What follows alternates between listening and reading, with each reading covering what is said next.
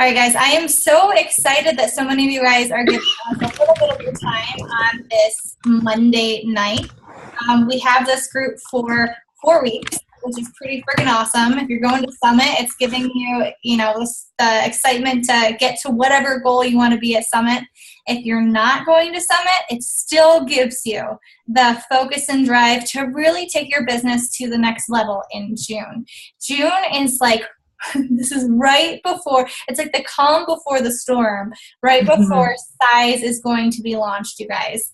And lots of you are newer coaches and you have not lived through a new launch of a product, but it's insane in a good way. Like, you are going to be making more in 1 week that you have in maybe a month.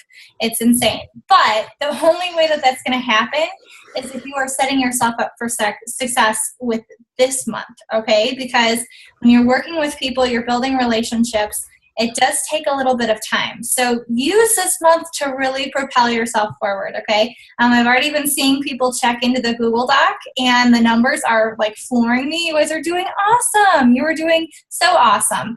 And if you're still like, oh, I haven't done anything this month, that's okay. That's okay, because we have the two most popular products, 21 Day Fix and 21 Day Fix Extreme, on sale this month. And, you can talk to anyone and they'll be interested in that product just because it's so amazing.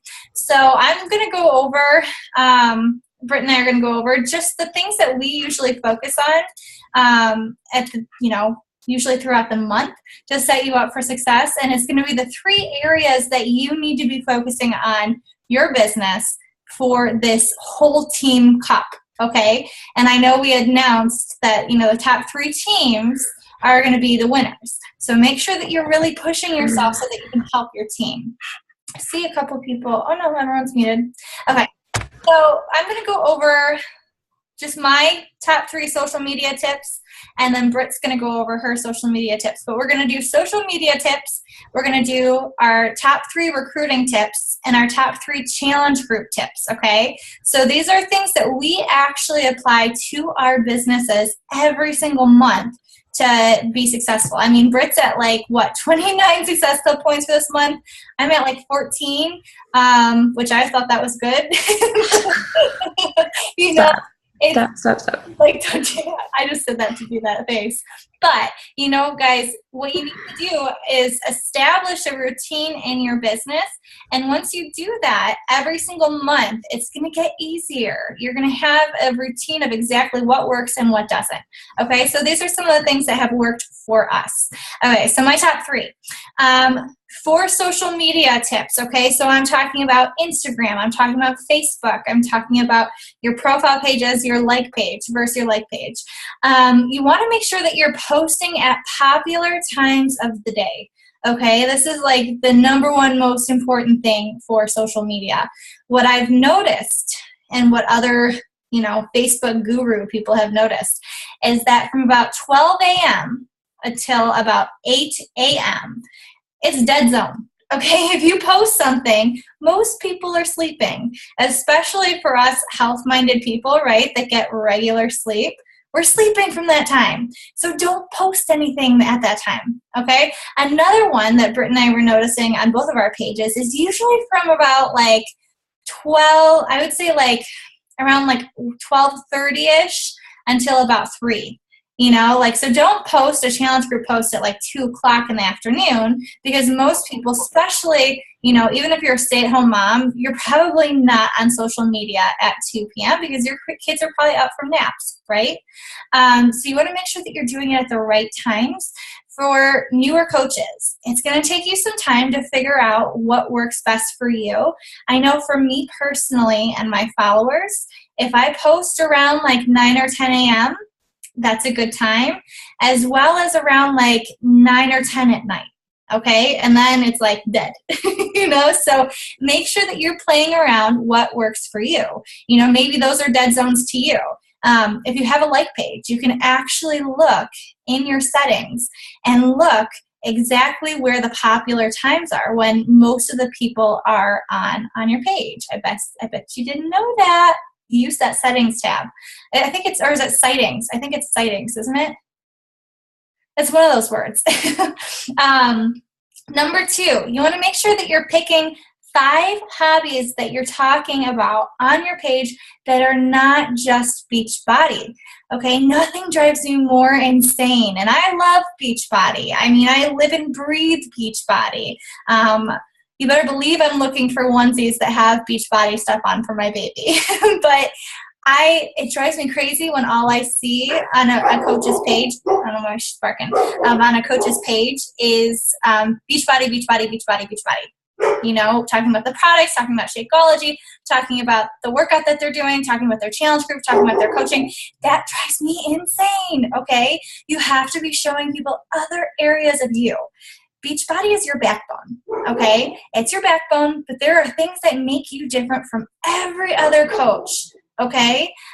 Some of you might be pregnant with me. That's something that you can talk about. Some of you might be, starting a new job. Some of you guys might have a blog where you're trying different desserts and recipes. Some of you, might be, I'm trying to think, roller derby. I have a coach who does roller derby, things that make you different. Talk about it. Okay. So you want to think of like 5 hobbies outside of Beachbody and make sure that you're really rotating, what type of thing you're doing. So you're not posting all about your roller derby or me all about your baby coming, even though I can't help it, or all about Beachbody or whatever. You want to make sure that you're giving people a variety, because what happens is you might pull in one person with a post about coaching or a product, but then you pull in another type of person with your healthy dessert recipe, and then you pull in another person with your post about the Bachelorette, or, some different things that's going to catch their attention, okay? They don't want to see you as just like one-dimensional. And then my last tip is engaging in your posts. This is so important, you guys. So, so very important, okay? And Britt and I were talking about this. You don't want to post and run. Okay, so if you're doing a challenge group post, you want to know how Britt got, 29 Success Club points. She doesn't post and run. If I'm going to put up a challenge group post or a coaching post, I'm going to sit at my computer and wait for people to respond. And what happens is not only are you getting that information to them quicker, and most people, if they get the information quicker, they're much more likely to end up becoming a coach or signing up for a challenge group because they're thinking about it and they're excited.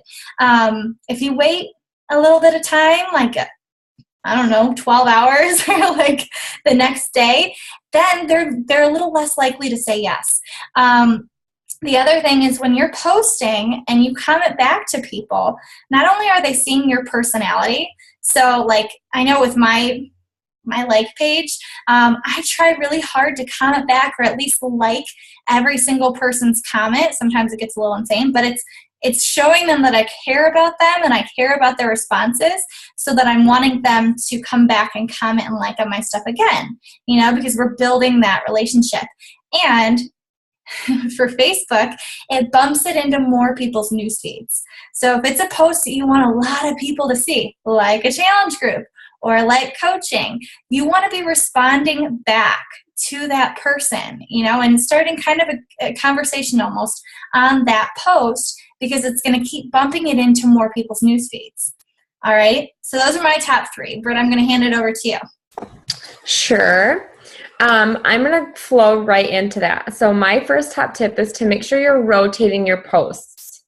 So Meg touched on having your 5 hobbies. So you don't want one day to be all about one hobby, one day to be all about your kids or something, and then the next day is all about fitness. Weave in a little bit of you throughout your day. So I really try and focus on this on my like page, and I post about my workout and I post about my faith. So I post about the kids and I post about a meal throughout the day. So typically every day I have 5 or 6 things that I'm posting about every single day, but I'm posting about different things every day. So at different times of day, I'm catching different people's eyes. And you don't always want to post fitness in the morning. Maybe you're going to catch a different eye at night with someone about fitness. Posting about your kids in the morning or Shakeology in the morning. Make sure you're having your Shakeology at different times of day so you can post about it at different times of day. Throughout the day, if you rotate your posts, you're going to connect with different people during that time of day. So kind of pay attention to that and rotate those posts in throughout the day. My next tip is don't be afraid to post yourself, to put yourself out there. People want to see you. I know it's really hard to post a selfie, one, because you're in front of a camera, you're in front of a photo, and you don't always look tip-top shape. And when I say that, I mean your hair done, your makeup done. And you don't want to get mocked for taking selfies. I listened to Bonnie Engel's call with us when we did Rank in the Bank about a selfie, and my confidence of the selfie went through the roof. I'm like, you know what? This is me. The only way people are going to see me is if I'm taking a selfie. If I'm not taking a selfie and putting it on there, they're never going to see my face. I'm home all day by myself. Like, I have 2 toddlers. Who's going to take my photo for me? No one. So don't be afraid to take a selfie and own that selfie. Now, don't just take a selfie of you and put it on and have no content or no value to that selfie, but own it and put yourself out there, put your face out there. I did one today. I was reading personal development and making dinner at the same time. So I just quick did like a selfie shot. You saw my personal development book. I explained that I was making dinner while the kids were napping, but while dinner was cooking, I had, 7 or 8 minutes, and I read a little bit of personal development, and I weaved that into my post. So I had family, I had my faith, I had cooking, I had my selfie. So they saw all these different avenues and outlets of my life, and they saw my face with it. So don't be afraid to put yourself out there and embrace the selfie, embrace photos of you. Take pictures when you're out with your family of fun events or fun things that are going on. I like to take, this is so bad, but I like to take pictures when I'm actually dressed up and have clothes on. I might not use that photo right away, but if you're getting ready for church on Sunday, or you're going to like an open house event or a baby shower, or, with events coming up through the summer, if your hair's done and your makeup's on, take a few photos. That way they're in your phone and you have nice pictures when you are in tip-top shape to use at a later date and to use in a different photo. To use for a challenge group post or a coaching post instead of just being a post-workout selfie. My third tip, and this kind of ties into that, is to get out of your comfort zone. Be vulnerable. There are so many times that I'm so terrified to do a post or share a Bible verse or share about my faith or what I feel like I read in my devotion that morning. But I get more positive feedback from those posts than negative. And at the end of the day, when I have one person comment on a post that I was super scared to post, and they say, thanks for sharing that, I needed to hear that today, or thanks for sharing I'm not alone, or I really needed to hear that today, I know that that one post was for one person and I did my job for the day. Like, I did what I set out to do. And don't be afraid to do that. Now, it doesn't have to be with faith. Mine just happens to be that today, but it can be, maybe it is posting your before and afters. Maybe it is doing a video and sharing that on your page. Maybe it is sharing recipes and people thinking like, oh, I don't want to share that. I like it, but what if no one else does? Who cares? Who cares if they don't like it? That's for them to decide and for them to come and tell you. Like, who cares? You like it, that's fine. Share it. Somebody else will, and they'll appreciate it. But get out of your comfort zone and be vulnerable. I know, I'm sure sharing Meg's pregnancy on social media wasn't easy at first. It was early, and it still is early, and there's a lot of things, but she's letting her followers embrace this journey with her, and she's building so many relationships with people and women who are pregnant or want to be pregnant or just had babies. And it all stems from her just getting out of her comfort zone and being vulnerable and sharing that side of her story. So don't be afraid to get out of your comfort zone. You don't have to share everything at once. You can leave what we call breadcrumbs and share little tidbits about your story and about who you are, and being vulnerable in little tidbits. It doesn't have to be one big long post, but embrace that vulnerability because it's so vital in making that true connection with your potential coaches and potential challengers. So, we're going to go right into challenge groups. Meg, do you want to take it or do you want me to just keep going? Okay. So Meg kind of touched on this earlier about engaging your posts, about not posting and running. So you guys obviously have seen my Success Club points for the month. And when Meg and I were talking about this, she asked me, like, what's working? And I said, I think one of the biggest reasons it was successful so fast is because when I did my challenge group post for June, one, I did it towards the end of May. But when I did the post, I did it at a time when I knew that I would be able to be by my computer for the next hour or so. So that when people were responding and liking or commenting on that picture, I was right there to send them a message, like if we were already friends, or to like their comment and say, hey, I can't friend request you or message you because of the settings on your Facebook. Do you mind sending me a friend request, or can you message me at my like page?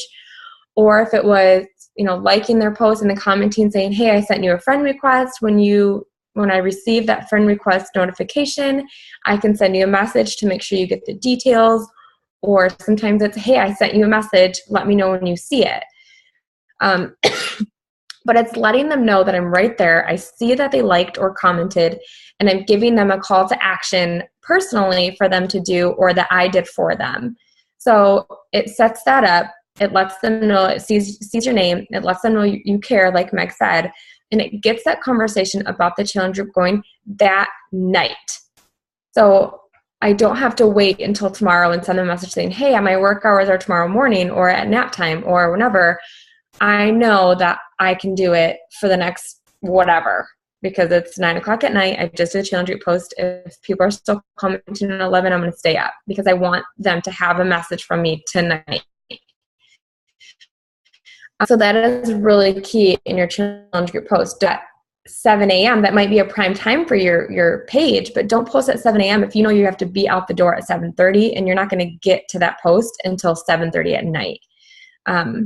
Obviously, life happens, and sometimes that's just the way it goes. But if you can avoid it, try and plan that post at a more opportune time for yourself.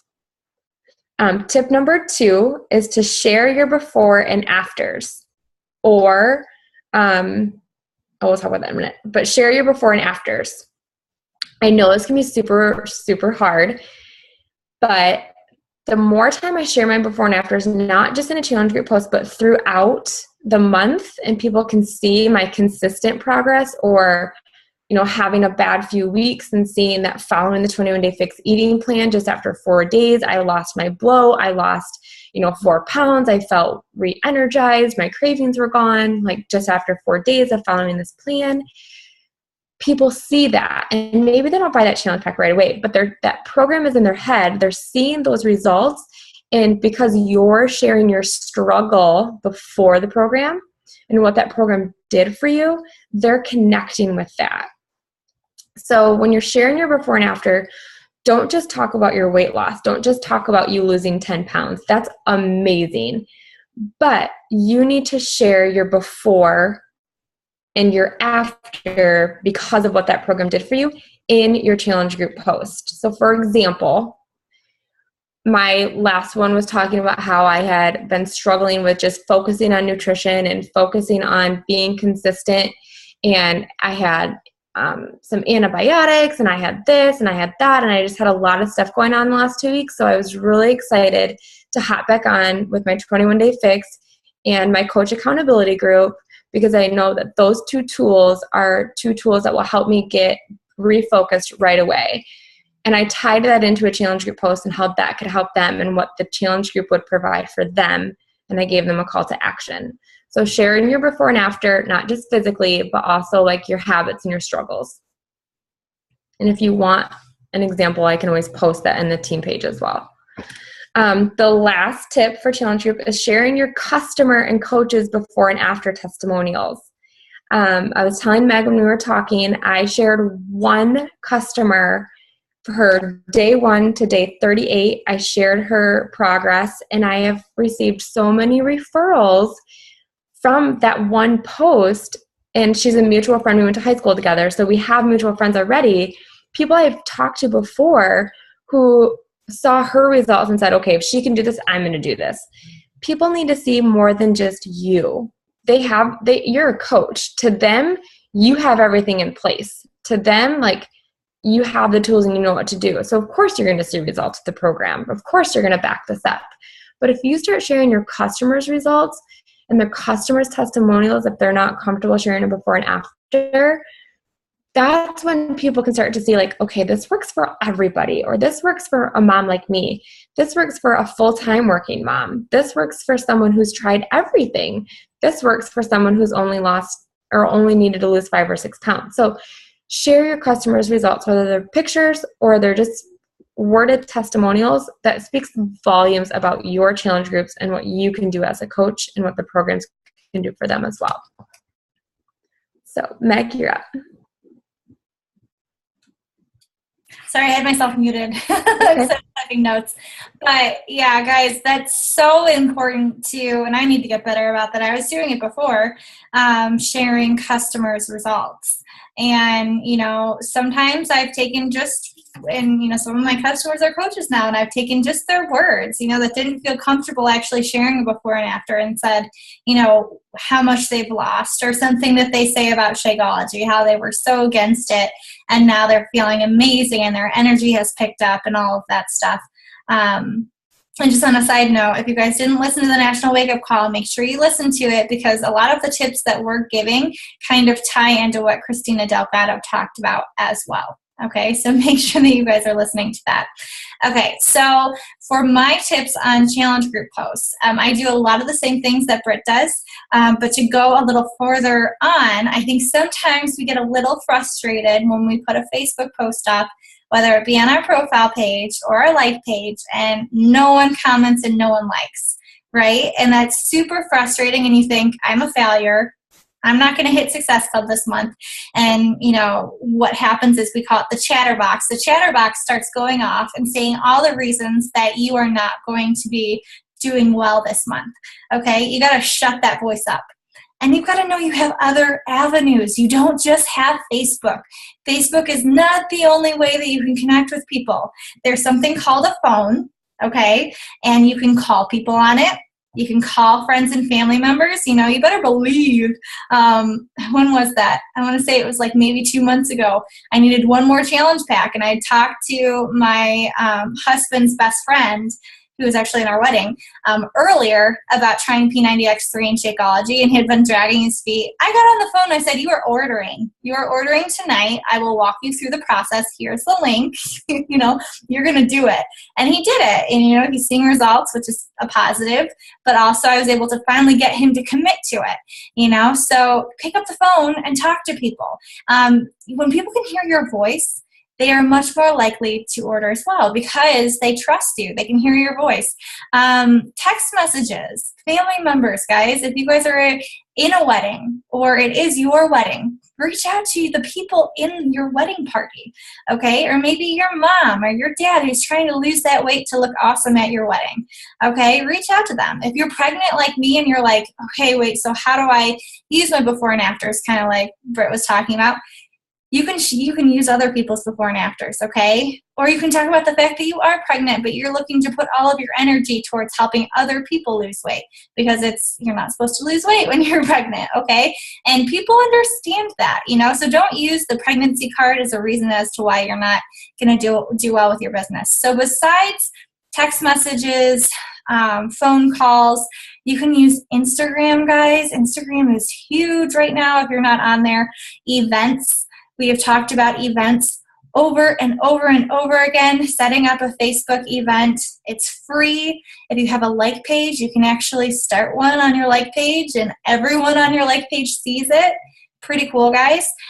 Use other things than just a Facebook post, because sometimes you're going to run into times where no one sees it, and no one comments, and no one likes, and you can post 5 or 10 times and no one's commenting and liking, and that can get super frustrating. But don't use that as the only avenue, okay? Try different things. The other thing is you want to make sure that, you don't post every single day about a challenge group. Okay, what happens is if you, in our mind, we're thinking, okay, I'm going to put up another post, and I'm going to get more interest. what happens is it turns into white noise, okay? You want to make your challenge group exclusive and exciting, and you want it to be the big party and people to be like, I want to be a part of that, But if you're posting it every single day, they're going to be like, obviously she's not getting anyone interested. Who cares if you're not? You got to make it look like you are, right? You want it to be the party that everyone wants to be a part of, okay? So I would post maybe once or twice a week, okay? And not back-to-back days, okay? I can be guilty of it. There's times where I'm like, that post didn't do very well. I'll just try something else tomorrow. Don't do it. Don't do it. Hold the trigger and try something a couple days from now, okay? And I also talk about, you want to make sure that and I've said this before, Sunday through Wednesday are the most popular times to post about challenge groups, because Thursday through Saturday, people are thinking about the weekend, or it is the weekend, and they're already eating crap and they don't care. Okay, so make sure you're getting it at the beginning of the week when people are focusing on eating healthy. I mean, I'm right? Okay. You want to make sure that, even though you're not posting about a challenge group every single day, you're putting call to actions. This is my third tip. Call to actions at the bottom of your everyday workout posts. Okay, Britt was saying that she just put one up about PIO today. What I've noticed is, it doesn't have to be every single post, okay? You can do it if you want on every single post, but it doesn't have to be on your workout post, and just say, something about your workout routine, and just say, I'm always looking for people who want to do this journey with me. If you're interested, feel free to message me. Or I always say, I'm always a message away. And I get people randomly who might see my post that are like, hey, you know what? I do want to know the workout routine that you're doing, or whatever. A big opportunity is with the size workout, guys, that you can do. And I love your guys' videos. You guys make my day. If you guys don't know what I'm talking about, I'm giving away 2 size workouts in July when it's launched for everyone on the downline, but I'm only picking 2 people. You have to put a picture of yourself, a video of yourself doing the size workout and tag me in it. Talk about out of your comfort zone. How Britt said, get out of your comfort zone. Absolutely. And you can probably ask every single person who's put it up, heck yes, we were nervous. Oh my God, I was so nervous when I put that up. I thought people were just going to make fun of me. And I had so many people interested out of just seeing me do the size workout. Okay, so put yourself out there. The worst thing that happens is people get a chuckle out of it. Okay, if you look at Melanie Mitro's video, if you want to have a little chuckle, her and her husband, it's really funny. He's doing it and she's like dying it. Watch it later. Don't watch it right now. Okay, so putting yourself out there and putting call to actions on little videos. Okay, so size one, you can say, hey, I can give you a free preview of this workout. If you want it, just message me or comment below or something like that. What happens is those people can turn into challengers, okay, because they get a 30-day free access to Beachbody on demand. So you start the conversation about size, and then you say, you know what? You could try an actual workout program and Shakeology and still get this for free. Okay, the worst thing that happens, they say no and they sign up later on. Okay, that's the worst thing that happens. And they try the free Beachbody on demand and love it. Okay, the last thing that we want to focus on is recruiting.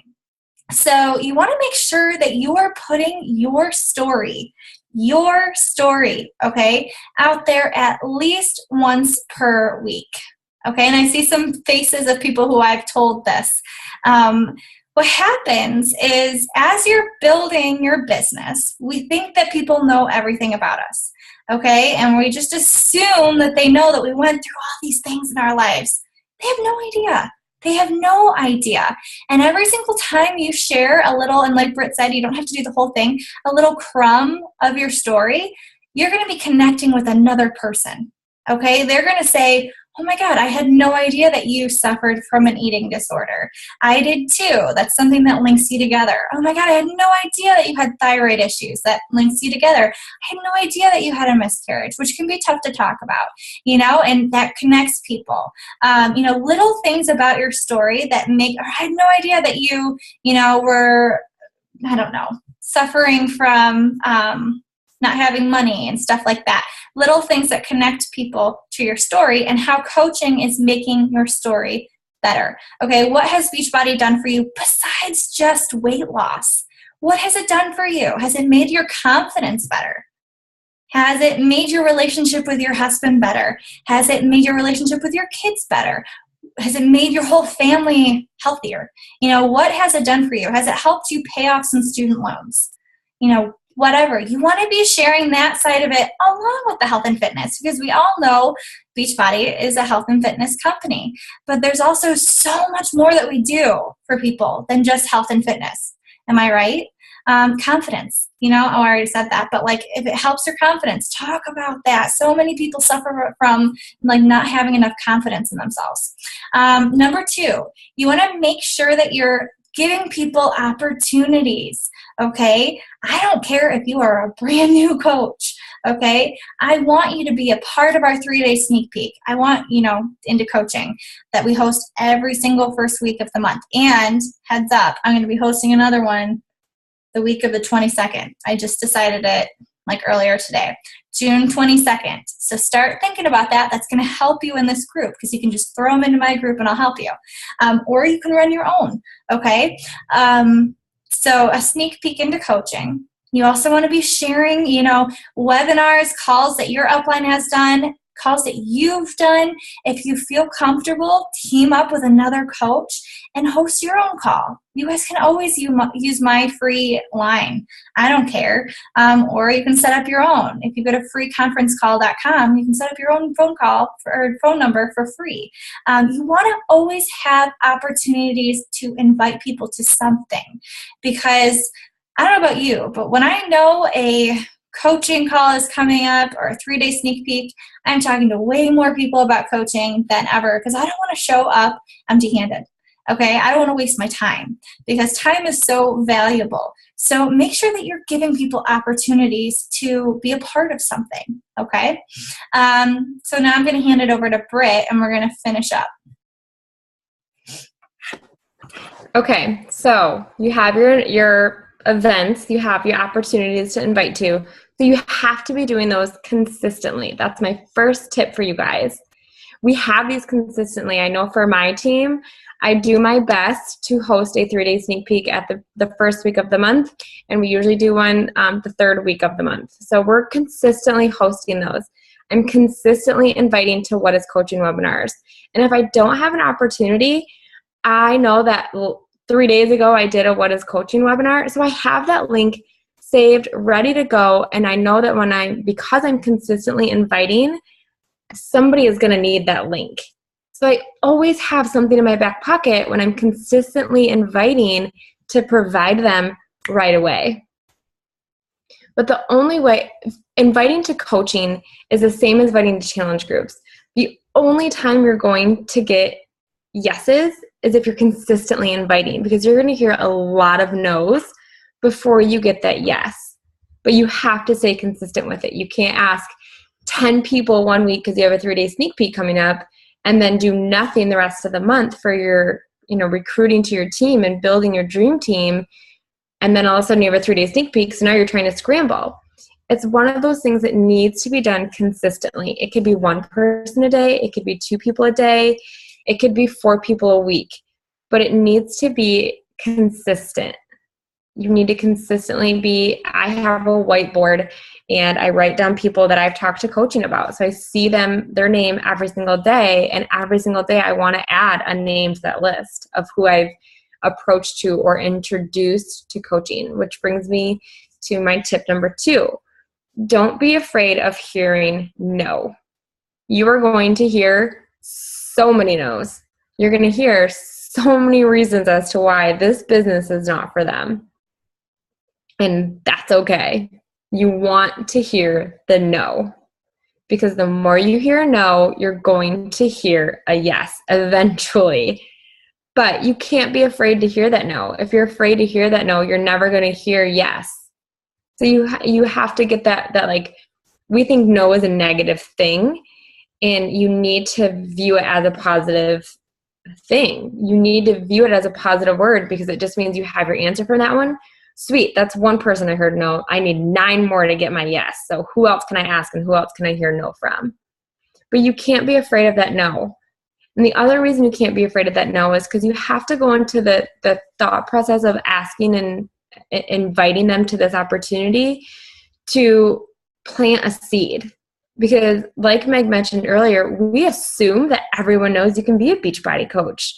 And we assume that everyone knows exactly what that means and exactly what that entails. But the truth is no, because when I signed up for a coach, even after I enrolled, I had no clue what I was doing. I had no clue what I was, getting ready to start, whatever this journey meant. But I did it anyway. But not everyone knows about this opportunity. So you can't just assume that because they're a challenger, they know they can coach. They might have this notion that you've had to be a customer for so long, or you have to have these amazing before and afters or something. But the more you present and the more you invite to the opportunity and allow people to know that this option is there for them, you've done your job. Now you just keep nurturing that relationship and you keep building that relationship. And when they're ready to come back to you, they're going to choose to come back to you because you didn't give up on them. You didn't have them say no and then you just wrote them off. Like, hear the no and say, that's totally fine. I get it. Maybe ask why, figure out what their hesitation is so that you can use that in your posts and talk more about that objection in your post, and be able to come back at them later and say, hey, I know, you said it wasn't a good time because it was the end of the school year. Well, school's done. Like, is now a better time for you to think about this coaching thing? Ask them why the no is the reasons that when they're ready to come back, or you can ask them at that time if it's a better time. And my last tip is, and this is for your business in general, is every single day you need to be building your network. You need to be adding 3 to 5 people minimum per day to your network.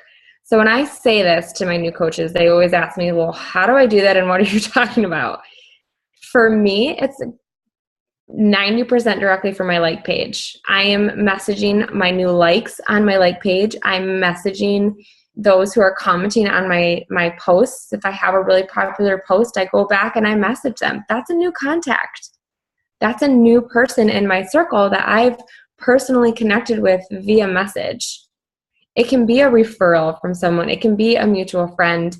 If you're a new coach, you hopefully have written out your list of 100 people. And if you're working from that list, you need to be messaging and interacting with 3 to 5 of those people per day. You can't expect your business to grow with Success Club points or volume or recruiting if you're not consistently building your new relationships every single day. Now, some of these people that I message, I might not ever hear from them, or maybe I hear from them in 2 or 3 weeks, but I'm at least trying. I'm putting in that effort, and I'm making those steps so that, I started out, I was adding 3 to 5, and now I'm adding 10. So, maybe when I first started out, I had 1 person out of 5 messaging me back, but now I have 2 or 3 out of 10 messaging me back.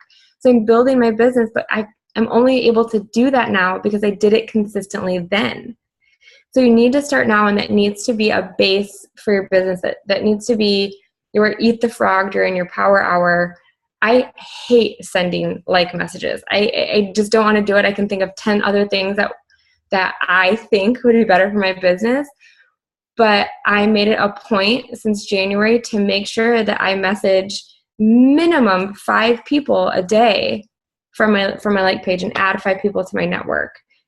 And it's paid off. So you need to make that a non-negotiable when you sit down for your power hour. It needs to be the first thing that you do, because if you don't do that, you're going to have no one to invite to challenge groups, no one to share this opportunity with if you're not taking the 10 minutes of your power hour to build those new relationships. So that's what I have for you on recruiting. I'm going to pass it back to Meg, and she can kind of wrap up for us. Yeah, awesome, guys. Hopefully you guys got some good tips. I'm going to be posting in the Strive for Summit group after this, and I want to hear your 3 takeaways, or 3 main takeaways that you're going to be applying to your business immediately.